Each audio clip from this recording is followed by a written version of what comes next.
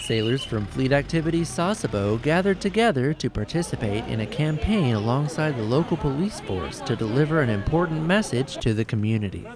Today we were helping the Saikai police promote driving safety, and we just want to get involved with the community. It's really important and an honor and a privilege to help out the community here, especially as being a new command. It's awesome to be able to be so close-knit with the community. The sailors passed out goodie bags containing safety information and statistics, along with a free energy drink to every driver and passenger who stopped by in order to increase safety awareness. We all live out here, we all work out here.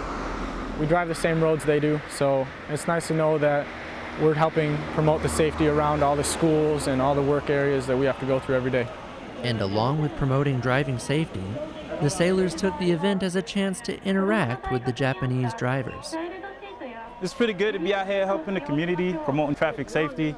It was also good talking to the Japanese locals, just to let them know that we really do care and that safety is not just for them, it's also for us, and it's really important. After handing out all of the bags they brought, the event reached its conclusion, with both sailors and local police working together to wrap up after a job well done. Petty Officer Andrew Dean, Fleet Activities, Sasebo, Japan. That's awesome.